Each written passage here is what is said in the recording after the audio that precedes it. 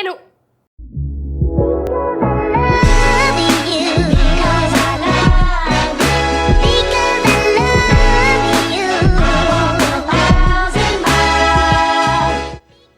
Aujourd'hui, je réponds aux questions que vous m'avez posées en commentaire du coup de la vidéo qui annonçait cette fois aux questions. Je les ai séparées en plusieurs sections qui ont disparu, merci. Donc on commence avec les questions sur mon parcours pro-perso. Faustine me demande quel a été ton parcours exact, filière au lycée, post-bac, et pourquoi avoir fait ces choix-là, et avec le recul, est-ce que j'aurais fait autrement? Alors, mon parcours exact, c'est un bac S, voilà, et ensuite j'ai intégré une école d'ingénieur avec prépa intégrée, donc 2 ans au sein de l'école, et ensuite 3 ans. Et donc à la fin de ces 3 ans, j'ai eu un diplôme d'ingénieur en hydraulique. Voilà, en sachant que dans ma formation, je suis partie en Erasmus, d'abord un semestre, ensuite je me suis dit que c'était bien là-bas, du coup j'ai un peu fait le forcing pour rester, et voilà, et au final j'ai fini mon diplôme en Allemagne. J'ai pas un diplôme allemand, mais en tout cas j'ai fini mon diplôme en Allemagne. Est-ce que j'aurais fait autrement? Et quel a été mon moteur dans les choix? En fait là j'avoue que au niveau des choix, j'ai surtout suivi... j'ai pas vraiment fait de choix, si vous voulez. Si je prends une métaphore un peu hydraulique, j'ai suivi le courant de la rivière. Voilà, c'est-à-dire qu'à aucun moment je me suis dit vas-y je remonte à contre-courant ou je prends un petit bras de rivière qui passe par là ou un truc comme ça. Non, j'ai suivi le courant, donc c'est-à-dire je savais juste que je voulais pas faire médecine et du coup j'ai fait une école d'ingénieur. Voilà. Ça a été très peu motivé. J'avais vite fait, quand j'avais 18 ans, je voulais faire une carrière dans l'humanitaire. Chose au final qui a pas tellement évolué depuis, mais j'ai changé juste les images en couleur, et aussi du coup j'ai précisé ma pensée et ma façon de voir les choses et qu'est-ce que j'aimerais mettre en place et comment j'aimerais le mettre en place et machin tout ça. Donc au final j'ai pas trop, j'ai beaucoup dévié, mais j'ai toujours ce genre d'idée un peu éthique en tête. Qu'est-ce que je voulais faire quand j'étais enfant ou adolescent, et si ça a un rapport avec ce que je fais maintenant. Alors ce que je voulais faire quand j'étais enfant, adolescent, c'est je voulais devenir archéologue. Et à un moment, il y a des adultes autour de moi qui m'ont dit que c'était pas possible parce qu'il n'y avait pas assez de débouchés. Alors oui, petite parenthèse quand même, je voulais faire archéologue et j'avais commencé déjà à m'enseigner sur mes études, j'avais déjà trouvé des trucs... genre ce que je voulais faire, par où je voulais faire, etc. Enfin bref, j'avais un projet entre guillemets professionnel, en tout cas d'études en fait, qui commençait à se mettre en place. Et puis on m'a dit qu'il n'y avait pas de débouché. Voilà. Donc on m'a demandé de changer. D'où en fait mon peu de motivation, peu de motivation dans les choix que j'ai pu faire après. Est-ce que ça aurait été différent? Alors c'est là que tout est la complexité de la question, c'est que en fait il y a de fortes chances que si j'avais persisté en fait dans la voie de l'archéologie, donc c'est-à-dire certainement faire une fac d'histoire, etc. Il se trouve que au même moment dans ma vie, si j'avais pris ce chemin-là, je serais certainement au même endroit, c'est-à-dire au même endroit. Pas au Brésil et pas en train de faire une thèse sur l'agriculture, quoique peut-être après tout. Hein. Mais en tout cas, je serais certainement dans la recherche. Certainement, très certainement. Donc au final, j'aurais atterri au même endroit, si je peux généraliser à peu près, juste pas dans le même domaine. Donc voilà, c'est un peu... En fait, la morale de ça, c'est... J'aurais envie de dire, mais il faudrait faire une vidéo à part entière là-dessus, mais c'est... faites ce que vous avez envie de faire. Il y aura toujours quelqu'un pour vous dire que c'est pas la bonne stratégie, que machin et tout ça. Et je trouve que des stratégies, c'est bien d'en avoir, mais sur des choses aussi importantes que ce que vous voulez faire plus tard, peut-être que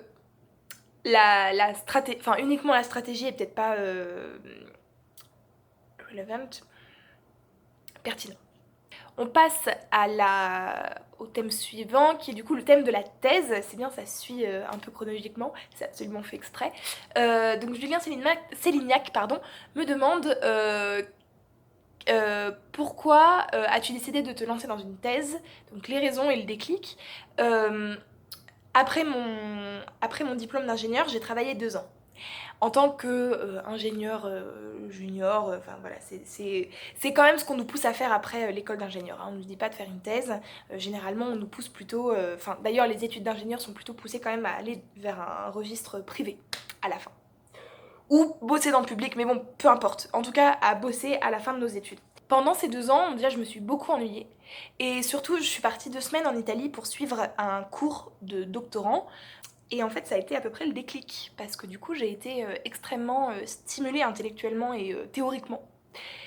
Et je me suis dit, ah, j'ai très envie en fait de me remettre à faire de la science pure. Et non pas que j'en faisais pas, mais je faisais surtout de la modélisation et de la modélisation extrêmement appliquée. J'étais dans un gros projet, le projet était bien en soi, mais j'étais au final juste un maillon de la chaîne et c'est pas du tout. Enfin, en tout cas, j'avais pas de passion pour ce projet et certainement dû à ça, j'arrivais pas à m'intégrer au projet. Et j'avoue que du coup, la thèse et la recherche en général me correspondent plus parce que j'ai un peu le contrôle sur ce que je veux faire. Mon avis est important, beaucoup plus important que ce qu'il l'était avant, et c'est ce que j'aime. Tatiana A me demande est-ce qu'un autre sujet de thèse très différent t'aurait plu si tu n'avais pas fait celui-là. C'est difficile de répondre à cette question, Tatiana, parce que déjà il y a des tonnes et des tonnes de sujets de thèse. Donc voilà. Après, si je devais être très générale, je te dirais que faire une thèse avec des sujets de sociaux par exemple, ça m'intéresserait, mais j'ai concrètement en tout cas je peux m'intéresser à la socio, je peux apprendre, je fais même une chaîne YouTube pour parler de sociaux, donc concrètement ça m'intéresserait, mais pour faire une thèse en sociaux, faut quand même avoir un background, avoir fait des études en sociaux, parce que sinon concrètement il n'y a aucun prof qui te veut, quoi, ça c'est sûr. Et je pense qu'il faut quand même avoir une certaine méthodologie quand même en sociaux pour faire de la recherche pure et dure, en fait, que ça soit accepté par la communauté scientifique, c'est toujours ça. Il y a plein de sujets qui m'intéresseraient et faire une thèse, c'est prendre le temps de se pencher sur ces sujets et de trouver des solutions et de lire beaucoup et de s'instruire. Donc en fait, en vrai, il y a plein de sujets qui m'intéresseraient. Maintenant, dans ce qui est possible de faire, il y en aurait plein, mais en tout cas en hydraulique, ce pourquoi, parce que si vous n'avez pas suivi, donc j'ai fait des études en hydraulique, mais là je fais une thèse en agriculture, donc j'ai complètement changé de domaine. Ça a été possible via la modélisation, donc tout mon background en modélisation, ça oui, mais par exemple en hydraulique, j'aurais bien voulu faire un sujet sur l'intelligence artificielle appliquée à l'hydraulique, et il se trouve en fait que c'est extrêmement difficile de faire une thèse là-dessus, parce que bah, c'est difficile de trouver des professeurs pour être ton superviseur, parce que c'est absolument pas un domaine où l'intelligence artificielle est très utilisée. Elle l'est, mais du coup il fallait vraiment chercher les profs spécifiques. Lucie Martinez me demande si je rédige ma thèse en français ou en allemand. Et ben il se trouve que aucun des deux, je rédige ma thèse en anglais. On passe aux questions plutôt en rapport avec mon voyage au Brésil, et Esprit Pastéquin me demande si c'est facile de manger végétalien au Brésil. Non. Non. Alors, déjà, je mange pas végétalien strict, c'est-à-dire que ça m'arrive de manger du fromage. Et en vrai, au Brésil, déjà, c'est pas difficile de manger végétarien. C'est possible de trouver des plats végétariens. Notamment, ils ont beaucoup de cantines, genre le schéma du restaurant de base, c'est un buffet avec des plats très simples, genre un plat de tomates, un plat de haricots rouges, un plat de riz, un plat de machin, et vous faites en fait votre assiette que vous posez au kilo. Donc là, c'est facile de manger végétarien et végétalien, j'imagine, mais tu manges la même chose, quoi. Donc c'est pas top. Par contre, tout ce qui est snack dans la rue, ça, il y a de la viande, en veux-tu, en voilà, quoi. Et en plus, c'est pas de la bonne viande, c'est vraiment du snack, c'est frit et tout, donc c'est pas non plus d'une qualité de ouf. Et si c'est pas de la viande, c'est du fromage. Et en plus, un fromage... c'est pas extrêmement facile de manger végétalien au Brésil. Végétarien, ça va. Végétalien, ça commence à devenir un peu ardu, quoi. Et je pense que tu manges un peu tout le temps la même chose. Ah oui, par contre important, en fait on pense que les Brésiliens sont des gros viandards, genre comme on a l'image en France, c'est pas vrai du tout. Ils aiment la viande peut-être, mais en fait ils sont pas si attachés que ça. Et surtout ça coûte cher, donc en vrai il y a quand même des plats qui sont sans viande, genre il y a pas, ils ont pas besoin de viande à tous les repas. Et la troisième chose, c'est que une de leurs valeurs importantes, c'est que tout le monde mange bien et à sa faim. Et en fait, même si tu manges pas de viande, ils en ont rien à foutre, ils veulent juste que tu manges. Donc du coup, ils vont, par exemple, si t'es invité chez des gens, ils vont faire des choses pour toi, ils s'en fichent. On m'a jamais posé de questions par rapport au fait d'être végétarienne. Justine me demande, est-ce que j'ai remarqué un véritable contraste de mentalité entre le Brésil et la France? Oui, j'en parlerai plus dans mon bilan, je pense. J'ai commencé d'ailleurs à en parler un petit peu dans mes petits bilans intermédiaires. Euh, oui, surtout au niveau sociabilisation, des codes culturels, etc., qui changent beaucoup. Euh, Au niveau sociabilisation, j'ai l'impression que les Français ont tendance à arriver très vite dans la relation émotionnelle, avec parfois des avis, enfin on s'implique émotionnellement très rapidement, alors que par exemple le Brésilien, même si il est très content de te voir, etc., il va démontrer qu'il t'aime bien, qu'il est content, que machin tout ça. Après pour aller plus loin en fait dans l'implication émotionnelle, ça va être plus dur quoi. Voilà. Cash Kraljika me demande est-ce que j'aime qu'est-ce que j'aime le plus au Brésil. Je vais dire toutes les questions comme ça, c'est tout. Qu'est-ce que j'aime le plus au Brésil? Je crois que c'est l'eau de coco. Bon, alors ça, c'est de la fausse. Mais alors, acheter une noix de coco sur la plage à Rio et la boire avec la paella. Ah mon Dieu, c'est tellement bon. Et le jus d'orange. Oh, leur jus d'orange. Je pense que je vais pas pouvoir reboire du jus d'orange en Europe. Qu'est-ce qui t'a le plus surprise en étant là-bas? Je pense que c'est vraiment ce choc culturel là avec les Brésiliens et le fait, l'implication émotionnelle.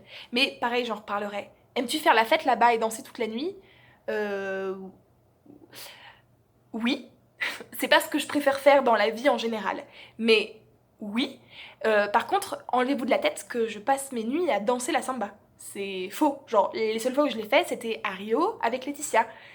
Sinon, en fait, mes soirées ressemblent plus quand même à du Netflix. Voilà. Quels sont les plats typiques brésiliens que tu nous conseillerais de goûter? Tout ce qui est, salgado. Les Allemands aiment pas parce qu'ils trouvent que c'est trop sucré, mais de toute façon les Allemands ils ont un problème avec le sucre. Tout ce qui est un peu salgado, petits plats et tout, c'est super bon. Les pastels c'est bon, tout ce qui est frites, mais de toute façon en même temps c'est que des trucs bons, donc tu peux que aimer. Je veux dire un truc frit, fourré, je veux dire c'est bon quoi. Voilà, c'est pas difficile de faire bon. Ah non, voilà, ça y est, les crêpes de tapioca. Voilà, les crêpes de tapioca. Si tu dois goûter un truc au Brésil, c'est les crêpes de tapioca. Et la noix de coco fraîchement ouverte à la paille. Justine me demande, peut-on postuler pour animer dans l'une de tes colos? Ça tombe très bien que tu le demandes, Justine, parce que je reçois des mails, des commentaires pour me demander si c'est possible de postuler dans mes colos. Alors, je suis très contente que mon discours vous plaise et que du coup vous ayez envie de venir, enfin d'avoir en fait ce genre d'expérience et de proposer cette façon de voir. En fait voilà, je trouve ça bien et c'est entre autres pour ça aussi que j'en parle, c'est pour donner l'idée de le faire. Cependant, au niveau de mon recrutement, alors déjà d'une, je ne parle pas de ça sur YouTube pour recruter. C'est pas le but. Je parle de ça pour euh, partager mes réflexions, ouvrir des débats, peut-être faire des déclics. Moi, je sais que toutes ces déconstructions que j'ai eues par rapport à l'éducation en colo, ça a été parce que j'ai entendu des gens tenir ce genre de discours et je me suis dit, ah mais ouais, ah mais oui, ah mais carrément. Et que du coup, je me suis mis à appliquer ça dans mes colos. De plus, mes colos que je fais, la plupart du temps, c'est des petites colos à l'étranger. Donc, petites équipes, deux trois personnes. Et surtout, moi, pour ce genre de recrutement, en fait, je favorise des personnes que je connais ou des personnes que connaissent d'autres personnes. Pour le simple fait que quand on est dans une colo, surtout comme j'ai fait cet été, donc itinérance à l'autre bout du... Enfin, non, pas à l'autre bout du monde quand même. Faut pas déconner, le Monténégro, c'est pas si loin que ça. Mais quand on fait une vidéo comme... une colo comme ça, donc loin, en itinérance, un peu en autarcie, c'est très, très, très, très important d'avoir une équipe soudé et qui tient le choc.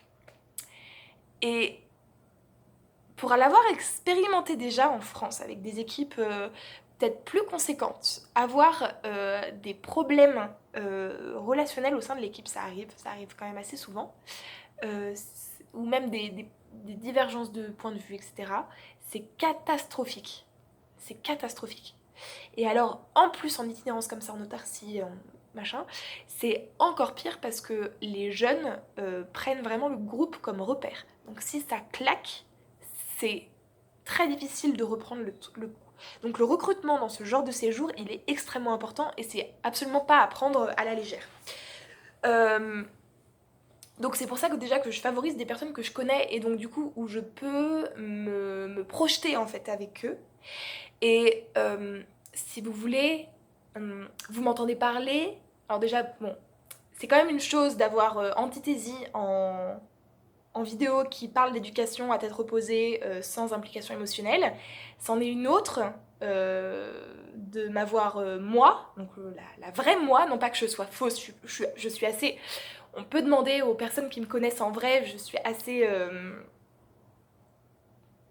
authentique en vidéo, mais c'est autre chose quand même de m'avoir en directrice, sans le filtre de YouTube et avec de l'implication émotionnelle, c'est autre chose. Donc ne me mettez pas non plus sur un piédestal, genre je suis humaine et je suis pas... Enfin, c'est-à-dire que on peut ne pas s'entendre. Bref, c'est compliqué de faire un recrutement comme ça. À chaque fois, je vous réponds, en tout cas quand c'est en mail, quand les gens prennent le temps de m'écrire des mails, etc. Je réponds et je vous tourne plus sur... je vous oriente sur des organismes de colo que je soutiens. Ça veut pas dire que vous trouverez des directeurs qui ont absolument les mêmes idées que moi, mais au moins le projet éducatif est bon. C'est-à-dire qu'une colo chez Eurocopter, c'est chiant, c'est surconsommation, c'est tout, voilà. Alors qu'avec Vacances pour tous, ou la Ligue de l'enseignement, c'est quand même des colos sur l'éducation populaire, etc., avec un certain public. Ils sont pas parfaits, ils sont pas au point sur plein de choses, notamment par exemple sur la laïcité, ils sont encore un peu vieux jeu et tout, mais en règle générale, c'est quand même assez safe et assez... pas sur consommation, basé sur l'échange, l'éducation populaire, etc. Donc c'est des choses que je défends et c'est pour ça que je vous oriente vers ça. Pour finir, mon petit chat me demande, alors c'est pas mon petit chat, c'est mon petit chat qui me demande est-ce que tu pourrais résumer un peu ton parcours et comment t'es venue cette envie de partager à tous, s'il te plaît. Elle parle de YouTube. Alors, ça a commencé quand je m'ennuyais à mourir pendant mon premier travail. J'ai commencé en fait à m'éduquer sur plein de choses, à regarder YouTube, à lire plein de livres, etc. Et en fait, j'ai eu l'envie déjà de fixer mes pensées, donc déjà rien que pour moi. En même temps, je me suis dit, bah en vrai, si ça peut servir à d'autres personnes, c'est cool, donc c'est entre autres aussi pour ça que j'ai ouvert ma chaîne YouTube.